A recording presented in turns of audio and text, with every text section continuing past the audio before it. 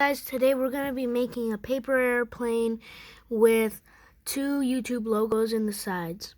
So as you can see, I folded my paper right now. So you just need a piece of paper, a crayon, or a marker that's red. Don't use paint.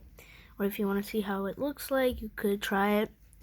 And a pen or a pencil. So first, what you're going to do is you're going to take a piece of paper and fold it like this. Then make YouTube logos on the sides, like I did. And then you want to open it again and fold these sides like this. And then you want to put this down, these down, so it looks like it's it's the wings of it. And now I'm going to color the YouTube logo. Okay guys, as you can see, this is how it should look like. And you could see the logo. You can make it bigger and things, but I just wanted to put it like that. And now to fly the paper airplane if you want to test it.